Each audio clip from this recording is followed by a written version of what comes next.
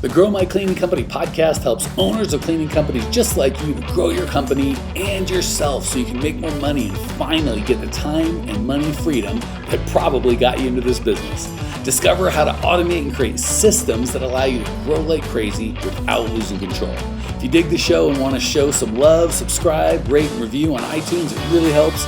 Enjoy the show.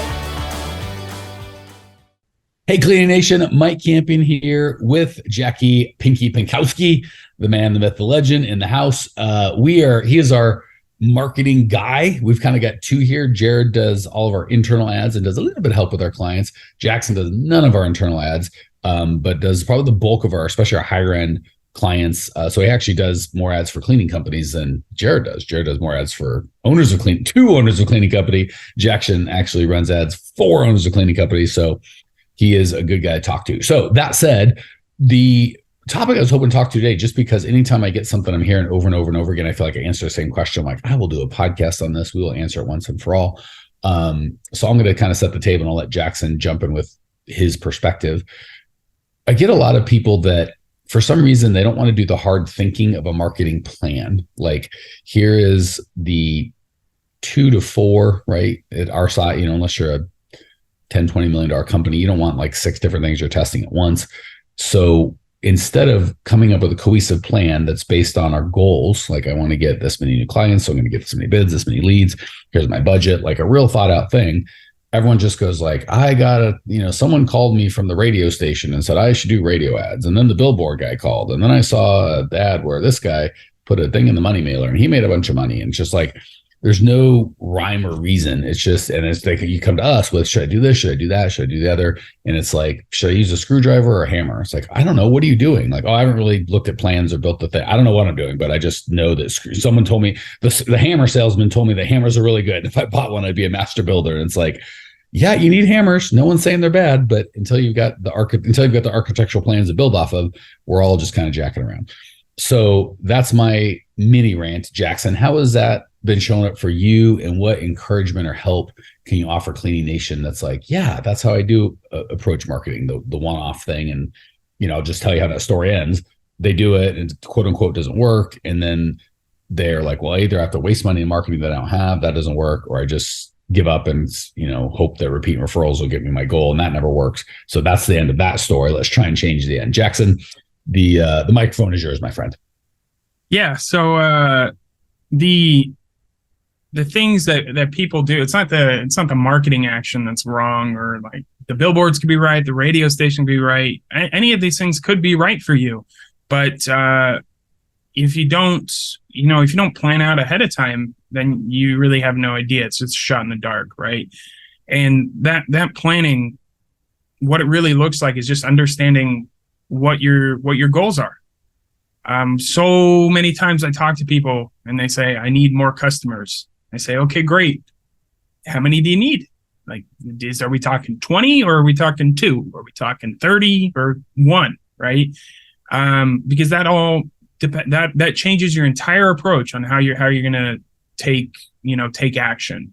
And then going beyond that is, who are the people you're going after? There's so many differences in commercial cleaning companies, right? You could have commercial cleaning companies that go after warehouses, others that go after hospitals, others that go after schools.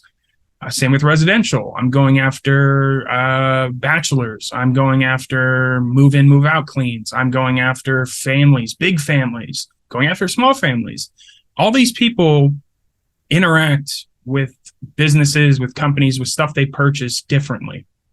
And if you don't outline that or understand who you're going after, then when you do a billboard and you don't get any leads, you don't get any customers, you think, oh, that's a problem. It's like, well, no, you tried to do a billboard ad to stay-at-home moms. Stay-at-home moms aren't really running up and down the freeway, sitting in traffic, staring at billboards. They are, at home with their kids, watching TV, looking at their phones, listening to the radio, doing things like that. And they're at home. So you want to think of, how am I going to get to those? How am I going to connect with those people? Maybe the mailer is a better idea. Maybe ads are a better idea. Maybe that radio commercial is a better idea. It all varies. But if you don't have that plan outlined of what do I need to get, who do I need to get it to, And then in my area, what's like the most efficient way of getting it to those people? You're just throwing darts at a wall and hoping something sticks, which is, very defeating when it doesn't work. And then if it does work magically, that 1% of the time it might pop off. You got extremely lucky, and then if it doesn't, if it stops functioning again, you're back to basically square one. Yeah, that's kind of my starting point there. Okay, and I'm just taking notes because you're saying you're kind of percolating all these thoughts for me. So a couple things. Jackson really started at the beginning where you should, like, how many customers do you need? What's the goal? And then after that is, who are these customers? What pain do I solve? Very few people start there. They start with, again, the billboard, the Facebook ad, the radio ad, and then they, as an afterthought, they don't even as an afterthought think what they need. So absolutely start with, what's the goal? Second, identify that in terms of like more customers. What does that mean? 10 grand a month. Well, what does that mean? Like, what's your average customer value? How many customers will you need to get that many customers? How many bids will you have to give to get that many bids? How many leads will you have to generate to get that many leads? How much money are you going to spend in which marketing thing? And by the way, this can sound complex. If you really just, and again, we do this with our clients, we can put together version 1.0 of a marketing plan. And again, we give them a template and some other work to go. We can do it in 20 minutes. If you didn't have all this stuff, it shouldn't take you more than a couple hours to really just think this through. So obviously we kind of go over it quick in a podcast. It can sound overwhelming, but it's crazy how even people without a lot of money, or certainly not a lot of marketing money, will spend thousands of dollars. And we're like, just sit and think and create a plan first for an hour. Like, nah, I'd rather, and they don't say I'd rather spend, but that's what they do. Their actions are, I'll just spend the money. So first, get crystal clear on exactly how many clients you would, how many leads, bid, sales you're going to need to get that. Second, define what worked and doesn't work means. I'd say the two biggest mistakes I see in marketing, and it comes to this lack of planning, is one, they do something that's working, but they don't track it. So they think it's not working. They'll say stuff like, my Facebook ads didn't work. And what that means is I spent $100 sending them to my website that has no call to action, or the call to action is terrible. Like, sign up for our free newsletter, which, come on guys, we're in the cleaning, but who's going to sign up for a free newsletter from your cleaning company? Like, that's just zero people. So the execution is super poor with no plan. And then they say crazy things like Facebook ads didn't work, as opposed to having a real plan of like, okay, what medium am I going to use? What message am I going to give them? What budget am I going to put behind it? And what's my initial expectation? So with Facebook, if I spend $100 and my goal is to get a client worth $500 a month, and I've never done Facebook ads, well, almost guaranteed you're going to fail unless you've got some sort of experience like Jackson or something, if you're doing it on your own. But if your goal is, I'm going to get $100 and get a bunch of testing and be able to test 3 headlines or 2 headlines and know that this headline is more compelling than the other headline, and send them to a landing page and see if that landing page has any people interested at all, well, that's a super good goal, right? And if the goal is I'm going to spend $1,000 over the next 2 or 3 months and get at least 1 client, but more importantly, it might only be worth $200, $300, $400, $500 a month, but no, I've tested 5 headlines and 6 different versions of my landing page and different offers. And now I know I've got an offer that works. So I guess the big thing, there's 3 big ones, and I'll turn it to you, Jackson. 1, we don't have any clear expectations. 2, we don't have any clear tracking. So we'll say stuff like it didn't work. Like, local service ads are a great example. I've just been talking to people. They're like, I hate these local service ads. They don't work. They suck. And we force them to track, because they come to us and want to bring the drama. But these all suck. Everyone sucks. These leads are terrible. No one has any money. I'm like, all right, well, let's go to the tracking. And they'll have spent $309, right? And gotten 15 leads. And you're like, whoa, if you do the math, that's pretty cheap lead cost, which it is. And of those 15 leads, they only gave 4 bids. So 11 of them, they decided were no good. And of those 4 bids, they got 2 clients for $400 each for $800 recurring revenue, about $10,000 a month, or $10,000 a year in recurring revenue, off of $300 in ad spend. And they say crazy things like, those don't work. They're junk, because they didn't. Well, first of all, if they're not tracking, they'll just say it doesn't work. They're junk. All the leads are bad. And that'll just be that. They just end them and we're done. If they do track it, which we force our clients to do. So if you're not a client, force yourself to do this and force yourself to look at the data, not the drama. They'll still think it doesn't work. So you put the data right in their face and they're like, oh, I guess that it does work. And then the third thing, especially if you're a coach, is you find things that are working, but you get bored, you see a shiny object and you test something else. And the first thing's still working, right? Like, who was it that was doing, I forget the name of the client. They were doing flyers, and the flyers were getting like, I don't know, $500-600 for a drop. And they were getting like 2 or 3 or 4 different clients at, $300 to $500 a month. It was crushing it. And she wanted to test something different. No. It was, who was it? There's 2 of them. She wanted to test something different. I'm like, absolutely, let's test something different. But she wanted to take the budget from the flyers and put it over here. I'm like, no, don't touch the flyer. But as long as that's making money, let that be. Let's run something else. And the same thing with local service ads. Jackson, you might remember who this was. We don't have to share it. But what was she doing? She was, I do remember, it was Claire. We don't have to say her last name, but she was running a free clean, and she was getting a lot of low quality leads because it's a free clean, right? But her ROI was still, I think she did it for a couple months, between 200% and 400%, depending on what month that you did. So she was like, I have to go through a bunch of bids and take a lot of calls. And so it wasn't, she knew it was working. She was like, it's a lot of work I don't want to do. And, I think she and I are talking about hiring a salesperson to handle it, but she's like, should I test a $47 clean? Like, maybe that'll get a better deal. I'm like, absolutely, we should test it. But she almost, I don't say tricked me, but we almost did exactly what I'm coaching. I had to coach myself and move from the free thing to the $47 thing. I'm like, no. We're going to add budget and do them both. And do I think the $47 clean is going to outperform the free clean? Yes, I do. But am I perfect and know all of the future? No, none of it. So perfect example of, if you've got something. So those are the 3 things. We don't have clear expectations of what we want. 2, we don't track. So even if it's working, we don't know. 3, when we do track, we get bored of something that's working or we don't like it. So then we stop doing that thing and test other things. Whereas the right answer is continue doing the thing that's working until it stops working. And it's yes and, not either or. Real quick, Cleaning Nation, if you can think about how you found out about this podcast, maybe a tweet, a Facebook message, iTunes search, some sort of Instagram post, the only way we grow is word of mouth. We don't do paid ads. We don't run ads. You are it. The only ask I have is, if you're getting value, share the love. However you found out about this, if it was a review or post, whatever it is, do that. Pay it forward so the next cleaning company owner can change their life as well. Back to the show. All right. So that's a lot of blah I just laid out there for you, Jackson. Hit us with your perspective and kind of tie that in a way that, with all that said, what would you recommend Cleaning Nation do to be able to be effective with this marketing? Yeah. So really, the big thing you want to set up when you're doing this is, you want to change your outlook on your goals, your objectives. Basically, you want to make sure they're SMART goals. If anybody listening to this knows what SMART goals are, they're specific, measurable, achievable, relevant, and time bound. So your goals need to be set up in that kind of situation. And if you're saying, I need more customers, that's none of the above. That doesn't even fit one thing. If you need to get 10 customers by the end of the month, that's closer. So you're getting a little specific there. But you need there's a timeline. Yeah, time bound, end of the month, so we're getting there. There's a timeline, and it's measurable, kind of. You got 10, can know if you got 5 or 10. But not a good customer, bad customer. Yeah, sorry. No, it doesn't outline enough. So you need to think really small picture on this, especially if you haven't done any type of marketing whatsoever. Because like Mike said, starting out, if you're just going straight for the jugular and going, I need 20 customers and this marketing is going to get me 20 customers right off the bat, it probably won't happen. But that doesn't mean it's a failure. It just means you had the wrong goal.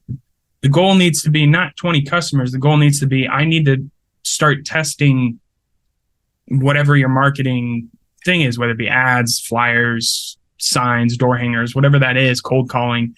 I need to test this and set a goal of, I want to test 3 different versions of a picture with 2 different headlines. And by the end of a week, I will know which one is performing the best. And that will guide me on my next goal of testing it for 2 weeks. And then you build up from there.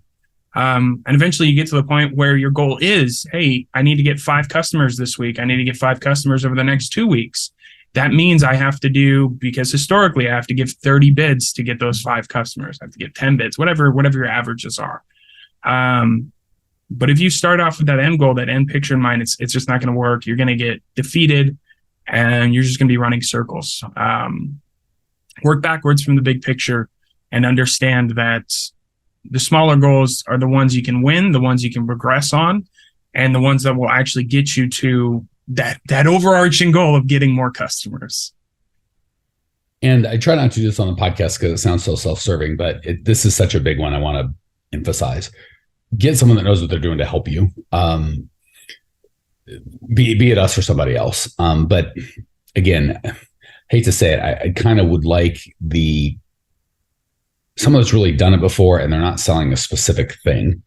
So any salesperson you talk to, if he's not completely corrupt, is going to believe that their thing is great. Like, I am wildly biased and I've got a lot of data, but I'm still biased that our coaching is amazing and life-changing. If I didn't believe that, I'd be a bad person, right? So obviously when you listen to me about our coaching, doesn't mean it's not great, but you should take it with a grain of salt, knowing obviously I should have a bias towards that, right? Should change businesses. So the same goes with the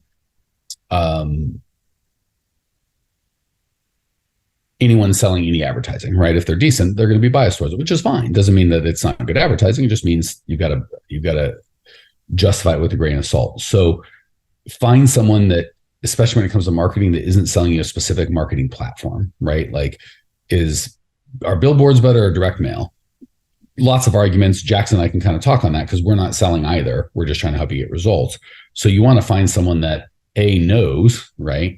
But B, isn't biased. Or if you do talk to biased people, you need to talk to 2 or 3. So ask the Facebook guy why Google ads don't work, and the Google ads guy why Facebook ads don't work.